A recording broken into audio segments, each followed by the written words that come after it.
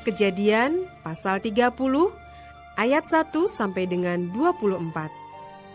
Ketika dilihat Rahel bahwa ia tidak melahirkan anak bagi Yakub, cemburulah ia kepada kakaknya itu, lalu berkata kepada Yakub, "Berikanlah kepadaku anak, kalau tidak aku akan mati." Maka bangkitlah amarah Yakub terhadap Rahel dan ia berkata, "Akukah pengganti Allah yang telah menghalangi engkau mengandung?" Kata Rahel, "Ini Bilha, budakku perempuan, hampirilah dia, supaya ia melahirkan anak di pangkuanku, dan supaya oleh dia aku pun mempunyai keturunan." Maka diberikannya Bilha, budaknya itu kepada Yakub menjadi istrinya, dan Yakub menghampiri budak itu. Bilha mengandung, lalu melahirkan seorang anak laki-laki bagi Yakub. Berkatalah Rahel, "Allah telah memberikan keadilan kepadaku, juga telah didengarkannya permohonanku, dan diberikannya kepadaku seorang anak laki-laki. Itulah sebabnya ia menamai anak itu Dan." Mengandung pula Bilha, budak perempuan Rahel, lalu melahirkan anak laki-laki yang kedua bagi Yakub. Berkatalah Rahel, "Aku telah sangat hebat bergulat dengan kakakku, dan aku pun menang." Maka ia menamai anak itu Naftali. Ketika dilihat Lea bahwa ia tidak melahirkan lagi, diambilnyalah Silpa budaknya perempuan, dan diberikannya kepada Yakub menjadi istrinya. Dan Silpa budak perempuan Lea melahirkan seorang anak laki-laki bagi Yakub. Berkatalah Lea, "Mujur telah datang." Maka ia menamai anak itu Gad. Dan Silpa budak perempuan Lea melahirkan anak laki-laki yang kedua bagi Yakub. Berkatalah Lea, "Aku ini berbahagia. Tentulah perempuan-perempuan akan menyebutkan aku berbahagia." Maka ia menamai anak itu Asher. Ketika Ruben pada musim menuai gandum pergi berjalan-jalan, didapatinya di padang buah dudaim. Lalu dibawanya kepada Lea ibunya. Kata Rahel kepada Lea, "Berilah aku beberapa buah dudaim yang didapat oleh anakmu itu." Jawab Lea kepadanya, "Apakah belum cukup bagimu mengambil suamiku? Sekarang pula mau mengambil lagi buah dudaim anakku?" Kata Rahel, "Kalau begitu, biarlah ia tidur dengan engkau pada malam ini, sebagai ganti buah dudaim anakmu itu." Ketika Yakub pada waktu petang datang dari padang, pergilah Lea mendapatkannya sambil berkata, "Engkau harus singgah kepadaku malam ini, sebab memang engkau telah kusewa dengan buah dudaim anakku." Sebab itu tidurlah Yakub dengan Lea pada malam itu. Lalu Allah mendengarkan permohonan Lea. Lea mengandung dan melahirkan anak laki-laki yang kelima bagi Yakub. Lalu kata Lea, "Allah telah memberi upahku, karena aku telah memberi budakku perempuan kepada suamiku." Maka ia menamai anak itu Isakar. Kemudian Lea mengandung pula dan melahirkan anak laki-laki yang keenam bagi Yakub. Berkatalah Lea, "Allah telah memberikan hadiah yang indah kepadaku. Sekali ini suamiku akan tinggal bersama-sama dengan aku, karena aku telah melahirkan 6 orang anak laki-laki baginya." Maka ia menamai anak itu Zebulon. Sesudah itu ia melahirkan seorang anak perempuan dan menamai anak itu Dina. Lalu ingatlah Allah akan Rahel. Allah mendengarkan permohonannya serta membuka kandungannya. Maka mengandunglah Rahel dan melahirkan seorang anak laki-laki. Berkatalah ia, "Allah telah menghapuskan aibku." Maka ia menamai anak itu Yusuf, sambil berkata, "Mudah-mudahan Tuhan menambah seorang anak laki-laki lagi bagiku."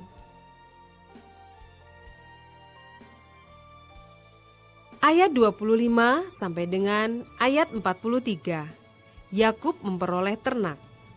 Setelah Rahel melahirkan Yusuf, berkatalah Yakub kepada Laban, "Izinkanlah aku pergi, supaya aku pulang ke tempat kelahiranku dan ke negeriku. Berikanlah istri-istriku dan anak-anakku yang menjadi upahku selama aku bekerja padamu, supaya aku pulang, sebab engkau tahu betapa keras aku bekerja padamu." Tetapi Laban berkata kepadanya, "Sekiranya aku mendapat kasihmu, telah nyata kepadaku bahwa Tuhan memberkati aku karena engkau. Lagi katanya, tentukanlah upahmu yang harus kubayar, maka aku akan memberikannya. Sahut Yakub kepadanya, engkau sendiri tahu bagaimana aku bekerja padamu dan bagaimana keadaan ternakmu dalam penjagaanku. Sebab harta milikmu tidak begitu banyak sebelum aku datang, tetapi sekarang telah berkembang dengan sangat, dan Tuhan telah memberkati engkau sejak aku berada di sini. Jadi, bilakah dapat aku bekerja untuk rumah tanggaku sendiri? Kata Laban, apakah yang harus kuberikan kepadamu? Jawab Yakub, tidak usah kau berikan apa-apa kepadaku. Aku mau lagi mengembalakan kambing dombamu dan menjaganya, asal engkau mengizinkan hal ini kepadaku. Hari ini aku akan lewat dari tengah-tengah segala kambing dombamu dan akan mengasingkan dari situ setiap binatang yang berpintik-pintik dan berbelang-belang, segala domba yang hitam dan segala kambing yang berbelang-belang dan berpintik-pintik. Itulah upahku. Dan kejujuranku akan terbukti di kemudian hari, apabila engkau datang memeriksa upahku. Segala yang tidak berpintik-pintik atau berbelang-belang di antara kambing-kambing dan yang tidak hitam di antara domba-domba, anggaplah itu tercuri olehku. Kemudian kata Laban, baik, jadilah seperti perkataanmu itu. Lalu diasingkannya lah pada hari itu kambing-kambing jantan yang bercoreng-coreng dan berbelang-belang, dan segala kambing yang berbintik-bintik dan berbelang-belang, segala yang ada warna putih pada badannya, serta segala yang hitam di antara domba-domba. Dan diserahkannya lah semuanya itu kepada anak-anaknya untuk dijaga. Kemudian Laban menentukan jarak 3 hari perjalanan jauhnya antara dia dan Yakub. Maka tetaplah Yakub mengembalakan kambing domba yang tinggal itu. Lalu Yakub mengambil dahan hijau dari pohon hawar, pohon badam, dan pohon berangan. Dikupasnyalah dahan-dahan itu sehingga berbelang-belang sampai yang putihnya kelihatan. Ia meletakkan dahan-dahan yang dikupasnya itu dalam palungan, dalam tempat minum, kemana kambing domba itu datang minum, sehingga tepat di depan kambing domba itu. Adapun kambing domba itu suka berkelamin pada waktu datang minum. Jika kambing domba itu berkelamin dekat dahan-dahan itu, maka anaknya bercoreng-coreng, berbintik-bintik dan berbelang-belang. Kemudian Yakub memisahkan domba-domba itu. Dihadapkannya kepala-kepala kambing domba itu kepada yang bercoreng-coreng dan kepada segala yang hitam di antara kambing domba Laban. Demikianlah ia beroleh kumpulan-kumpulan hewan baginya sendiri, dan tidak ditempatkannya pada kambing domba Laban.